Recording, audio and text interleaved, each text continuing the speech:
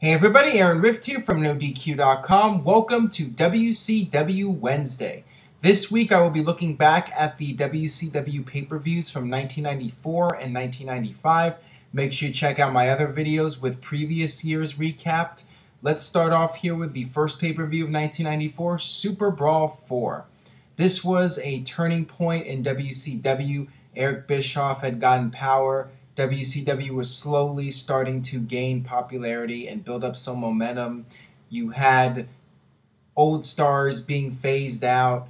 This was the last pay-per-view appearance of the Freebirds, Michael Hayes and Jimmy Garvin, and you started to see more former WWE stars coming in and being showcased. Guys like Big Boss Man, who is now known as The Boss, but that would not last. I'll get to that more later.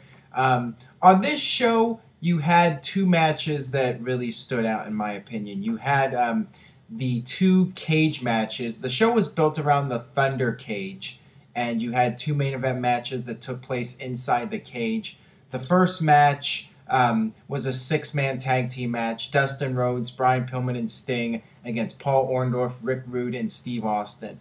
Lots of talent in this match, and it was really good. Very high-quality match.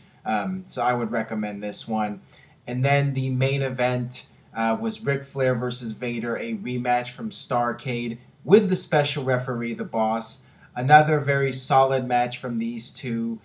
And because of these two matches, I would give this show a thumbs up. Most of the undercard was forgettable, but these two matches, the matches that were selling the show delivered. So to me, that makes this a thumbs up show. WCW's momentum would continue with Spring Stampede, the very first Spring Stampede from 1994, April 94. And at this point, there was a lot of buzz going on in WCW. The first talk about Hulk Hogan coming in around this period.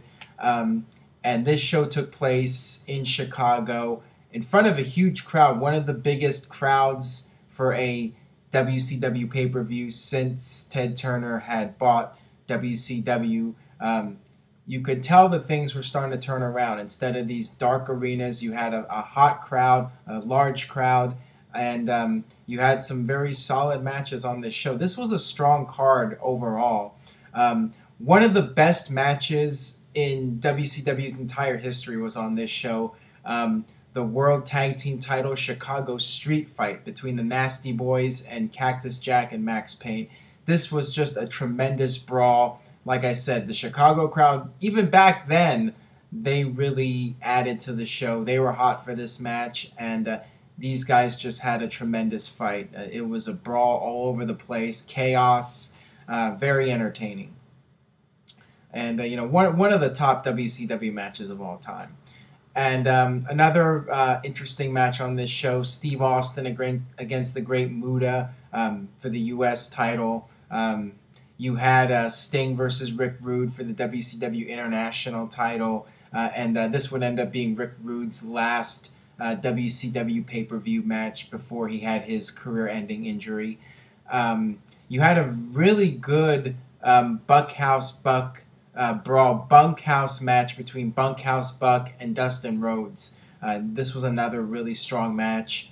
You had Vader versus The Boss, and The Boss used his nightstick on Vader, and interesting storyline WWE did here, or excuse me, WCW did, because WWE was threatening legal action over the name The Boss and having the nightstick and all that. So they decided to change his name, and they did this storyline where the commissioner at the time, Nick Bockwinkel, stripped him of the Boss name and took away the nightstick, and Ray Traylor would go on to become the Guardian Angel. So, kind of an interesting way for WCW to change the character due to the legal threats from WWE. And finally, we had the World Heavyweight title match, Ric Flair versus Ricky Steamboat. Another excellent match between these two. Not the best match between the two of them, but still really good, very entertaining. And from top to bottom, this was a very strong pay-per-view. And definitely a clear sign that WCW was gaining some momentum. And this was the first pay-per-view, too, where I really felt like WCW was major league. Compared to some of the other shows, it felt like a second-rate wrestling promotion. But here, WCW felt like they were a contender for the #1 spot in the wrestling industry. Moving on here, we have Slamboree, the second Slamboree pay-per-view, the last pre-Hogan WCW pay-per-view. Once again with some solid matches. You had another Legends match. Like the year before at Slamboree, you had a series of Legend matches. Actually, I think there was only one on this card. You had Terry Funk versus Tully Blanchard, and this was a vast improvement from the Legends matches at the first Slamboree. This was surprisingly a very good match between Funk and Blanchard. Another crazy Terry Funk brawl, what you would come to expect from him. This was thumbs up. You had Ric Flair versus a mystery man who was this tall blonde guy. This is what they were hyping up to tease that maybe it would be Hogan. But it was actually Barry Windham. This would be Barry Windham's final match in WCW for several years. Then you had the WCW World Tag Team title match with Cactus Jack and Kevin Sullivan against the Nasty Boys. Like the Spring Stampede match, this was just a crazy brawl. I would say that the Spring Stampede match was slightly better, but this was still an excellent, crazy, out-of-control match, very fun to watch. And then you had the WCW International World Title match, Sting versus Vader, and another entertaining Sting versus Vader match. These guys always delivered on pay-per-view, and this was a significant match because it built up. First of all, it was for the vacant title because Rick Rude had gotten injured, and Sting did not want to be handed the title, so he demanded the match with Vader. And this match would lead up to a unification match between Sting, the International World Champion, against Ric Flair. And then, of course, the winner of that would go on to face Hulk Hogan. And that leads us here to the first Hulk Hogan WCW pay-per-view, Bash at the Beach 94. Huge crowd. You could really tell that WCW was going all out to make this the defining moment in WCW. Hulk Hogan's arrival. He got the big ticker tape parade. You had Mr. T coming out with Hulk Hogan. You had Shaq doing a promo with Hulk Hogan. You had all this stuff, all the media, all the glitz and glamour, WCW trying to have their WrestleMania moment, so to speak. As far as the card, it was overall forgettable. You did have a few interesting matches on the undercard. You had Buckhouse Buck and Terry Funk against Arn Anderson and Dustin Rhodes. I actually really enjoyed the storyline with Dusty Rhodes against Colonel Parker's stable. You had Arn Anderson step up to the plate to be Dustin Rhodes' partner, only to turn on him during this match. And this would lead to Dustin needing to find some help to face off against Parker's stable. And I'll get to more of that in a few minutes here. You had Steve Austin versus Ricky Steamboat for the U.S. title. I really enjoyed the Steve Austin-Ricky Steamboat feud, and their matches were always really good. And this one was no exception. And then you had the main event, Hogan versus Ric Flair. Finally, Hogan versus Flair, one-on-one in a pay-per-view, something that WWE failed to capitalize on. And, WCW did it right. They did what WWE should have done, the dream match, Hogan versus Flair, and Hulk Hogan got the victory, and it was the beginning of a new era in WCW. Next up, we have Fall Brawl 94.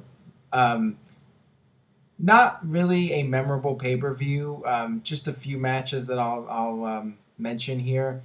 First off, Kevin Sullivan versus Cactus Jack.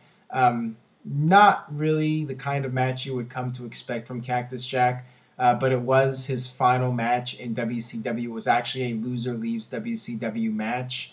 And, WCW definitely missed out on Cactus Jack. He had so many memorable matches during this period, during 92, 93, 94.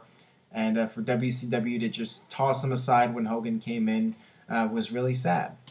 So this was the end of Cactus Jack in WCW.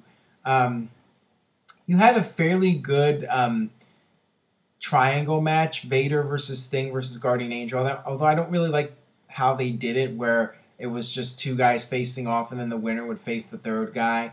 But this was before triple threat matches really became common. So this was back when they were doing one-on-one matches and then the winner would face the guy that won the coin flip or whatever. But this was a solid match, and Vader won. He became the #1 contender, and we'll get to that later. And then you had the War Games match. Not the best War Games match in WCW history, but I will say that I enjoyed the storyline. As I mentioned when I was talking about Bash at the Beach, I enjoyed the storyline with Dustin Rhodes against Colonel Parker's stable. And you had Dustin Rhodes look to his father for help, and they did this excellent promo. Dusty Rhodes and Dustin Rhodes in the ring together. And it was just tremendous. Dusty Rhodes cutting one of the best promos of his career, standing by his son, the two of them embracing and fighting together. And then you had the Nasty Boys turning babyface to join up with them. So the storyline here was really good. The match itself was fairly standard, but it was really the storyline that carried this whole thing. Next up, we have Halloween Havoc. Overall, this was not a very good show. Most of the undercard matches were poor. Really, the only match that is noteworthy, in my opinion, is the main event. Hogan versus Flair, steel cage match, retirement match, although we all know what retirements mean in wrestling. But the match itself was highly entertaining. Probably my favorite Hogan versus Flair match. You had Mr. T as the special referee. You had Sherry out there getting involved, and she was doing all the crazy stuff, jumping off the top, and Sherry was tremendous in this match in her role, and I really enjoyed this match a lot. And the post-match angle they did with the mystery man who was attacking Hulk Hogan revealed to be none other than Brutus the Barber Beefcake, or should I say Ed Leslie, or the man with no name, or whatever. But I thought that this angle was really well done, and Hogan's reaction, one of his best acting performances. So I enjoyed the post-match angle. The match itself was really good, but everything else you can forget about. Next up, we have Starrcade 94. Once again, one thing about WCW pay-per-views, they really, as good as they were in the early part of 94, once Hogan came in, the quality started to go downhill. Hogan bringing in a lot of his friends from the WWF, guys like Jim Duggan and Avalanche, formerly Earthquake. So the quality of the pay-per-views really dropped around this period. Only noteworthy things on this show, the one and only pay-per-view appearance of a man named John Paul Levesque, who would go on to be Triple H. Him against Alex Wright, who was making his WCW pay-per-view debut, and he was the guy that they were pushing, not Triple H. So, it was interesting to see Triple H in WCW on a pay-per-view. A lot of bad stuff on this show. One match that was really bad, Mr. T versus Kevin Sullivan. Mr. T in a wrestling match, not a good idea. And, the undercard, very forgettable. The only other thing on this show that was noteworthy was the pay-per-view debut of Randy Savage, who had teased that he was going to attack Hulk Hogan, but instead he helped Hogan against the bad guys, and the Mega Powers were reunited. Moving on to 1995, we have SuperBrawl V. Randy Savage and Sting against the Avalanche and Big Bubba. This was a fine match, but everything else on this card was just completely forgettable. The main event was good, I guess, by Hulk Hogan standards. Hogan versus Vader, although they did have an undecisive finish to lead up to the next pay-per-view, which was Uncensored, the very first Uncensored. This was not a good pay-per-view. A lot of bad matches, bad stipulations. You had a disastrous King of the Road match, Blacktop Bully versus Dustin Rhodes. Not a good match at all. I mean, it was just the way they were filming it. You couldn't really see anything. It was just a train wreck of a match, and they actually had bleeding in this match. Somebody bladed, and it actually resulted in both guys being fired from the company, and Dustin Rhodes to go on to the WWE to become Goldust. But yeah, this match sucked. Lots of bad matches. You had a mixed martial arts match between Ming and Jim Duggan. This was bad. Boxer versus wrestler. This was okay. You had all these stipulations. It was, supposed to be edgy, but most of these matches were lame. You had Falls Count Anywhere, Nasty Boys versus Harlem Heat. This match was entertaining just because they were fighting in the concession area. WCW actually had like a fake concession stand, and they were brawling over here in this concession area, and all this popcorn and soda was spilling, and they just kept tripping over each other. So this match was entertaining just because it was just another train wreck of a match with these guys tripping and falling all over the place. And then you had the main event, Hogan versus Vader in a strap match, and Hogan won the match by touching the four corners with Ric Flair. So Hogan beat Vader by taking Flair across the four corners. Typical WCW, what the hell is going on booking? What were they thinking here? Next up, we have Slamboree 95, another forgettable WCW pay-per-view. Actually very forgettable. Just nothing noteworthy on this show. Essentially a throwaway WCW pay-per-view. Main event was Hogan and Savage versus Flair and Vader. And I wanted to mention at Uncensored the infamous debut of the Renegade, the Ultimate Warrior clone, and that did not go over well with anybody. The only thing that I really enjoyed on this Slamboree show was the Hall of Fame induction ceremony, and Gordon Soley got his induction, and it was supposed to be a surprise, although apparently he had already known about it, but it was a cool gesture for him to get inducted into the Hall of Fame. Definitely deserving of that honor. Next up, we have the Great American Bash. Once again, overall, forgettable pay-per-view. Two matches that are worth noting. Alex Wright versus Brian Pillman, that was a solid match. And then you had the main event, Ric Flair versus Randy Savage. And I will say that this was a very entertaining storyline between Flair and Savage, and getting Randy Savage's dad, Angelo Poffo, involved. I thought that was well done. So this was a thumbs-up match, and very entertaining storyline with Flair and Savage. Moving on here, the 1995 Bash at the Beach. This show was interesting for the fact that it was done at the beach. It was something different.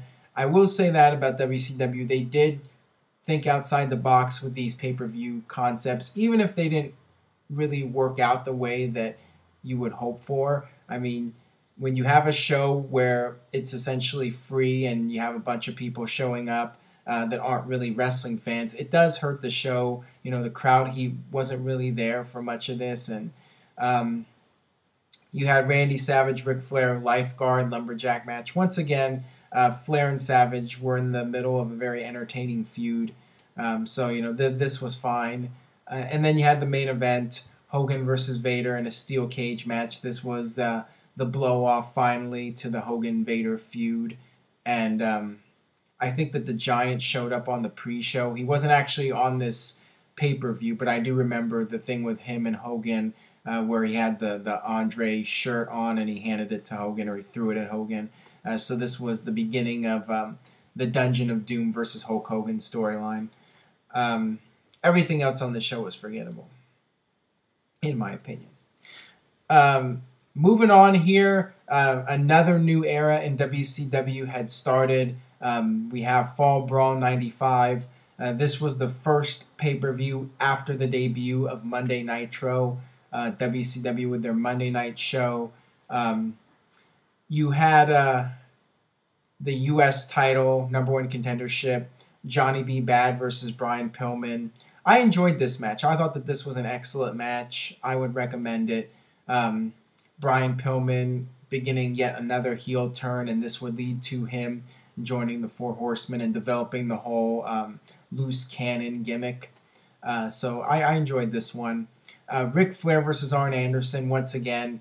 Brian Pillman getting involved, and this would eventually lead up to the reuniting of the Four Horsemen. Then you had the War Games match. This was not pretty. This was very standard, nothing out of the ordinary. Just your typical bad guys versus good guys War Games match. Crowd hated Hogan, by the way. There was this huge banner in the crowd that said Hogan is a bum. And you really noticed the negative reactions for Hogan at this point. This was Lex Luger's first pay-per-view match since returning to WCW. Him, Savage, and Sting and Hogan together. And they were teasing all the dissension. After the match, you had the Giant come out and attack Hulk Hogan. But besides that, this was a very forgettable match. And the entire pay-per-view as a whole was forgettable for the most part. Moving on here to one of the most notorious WCW pay-per-views in history, Halloween Havoc 95. It was billed as Hogan versus the Giant, not just for the WCW World title, but also a battle of the monster trucks. And this was one of the all-time infamous moments in WCW history. One of those wrestle crap moments. Hogan versus the Giant monster truck match. Just completely over the top and ridiculous. And then you had them starting to brawl right by the ledge. They were on the roof of the building. And the Giant fell off. And it was an accident. You know, Hogan didn't want the Giant to fall off. They were battling, and Giant was trying to knock him off, and Hogan just brushed him off, and the Giant fell. And then Hogan was over the top with his acting, all crying and upset. This guy that was trying to push him off the ledge accidentally fell off, and now Hogan's upset. This was so bad. But, I mean, it was entertaining. I mean, what can I say? You had Ric Flair and Sting versus Arn Anderson and Brian Pillman. This was the big angle where Ric Flair double-crossed Sting and joined up with Anderson and Pillman to reform the Four Horsemen. You had this lame storyline where Randy Savage and Lex Luger won matches in order to face each other later on the show. And none of these matches were any good. And then you had the main event, Hogan versus the Giant. Giant came out looking perfectly fine, even though he supposedly fell off the roof to his demise. He came out without a scratch. Then the match ended in a DQ. Jimmy Hart turned on Hulk Hogan.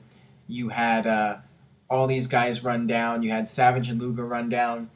And then, of course, you had Lex Luger turn on Randy Savage in a swerve. And then you had the Yeti. The Yeti, this guy who was essentially a mummy coming down to the ring. And the Yeti and the Giant proceeded to dry hump Hulk Hogan. And that's how your pay-per-view ended. And apparently Hogan would be stripped of the title because of the disqualification. I don't even know what the whole storyline was. I guess the title could change hands on a DQ, but Jimmy Hart attacked Hulk Hogan and turned on him, but apparently Hogan was disqualified. I don't even know. I mean, to this day, I still don't understand this storyline. It just made no sense. But, I mean, it was entertaining, like I said. Entertaining, but in a Plan 9 from outer space type of fashion. And the last pay-per-view from 1995, well, actually, there's two more here. And getting through these pay-per-views is just taking forever here. World War III, the first World War III pay-per-view. I don't even know what to say about it. The whole concept was ridiculous. A 60-man battle royal, just total overkill. And the match was a disaster to watch because you cannot keep up with 3 rings of action. You had 3 small screens on the television, and you had 3 sets of announcers, and it was just all over the place, impossible to follow and keep track of who was eliminated. Just a complete train wreck of a match. You actually had I found there to be a couple of entertaining matches on this show besides the Battle Royal. You had this women's match. Akira Hokuto and Bull Nakano against Cutie Suzaki and Miyumi Ozaki. I think that's how you pronounce the name. But this was actually a really good match. And you know, when I watched this show, I totally forgot about it the first time I saw this pay-per-view. This was a very good match and worth checking out. One of the better women matches that you'll see in North America. Let's just put it that way. And you had Johnny B. Bad versus Diamond Dallas Page. I thought that this was an above-average match. And these two had a really good feud around this time. So, you know, they had a series of good matches. I would check those out. You had Sting versus Ric Flair coming off the Halloween Havoc turn. This was fine. And the Battle Royal sucked. You had the finish where Hogan had been pulled out the bottom by the Giant or somebody. I forgot who it was. And the referee turned around and noticed Hogan was on the outside. And Randy Savage was the only guy in the ring. So he awards the match to Randy Savage.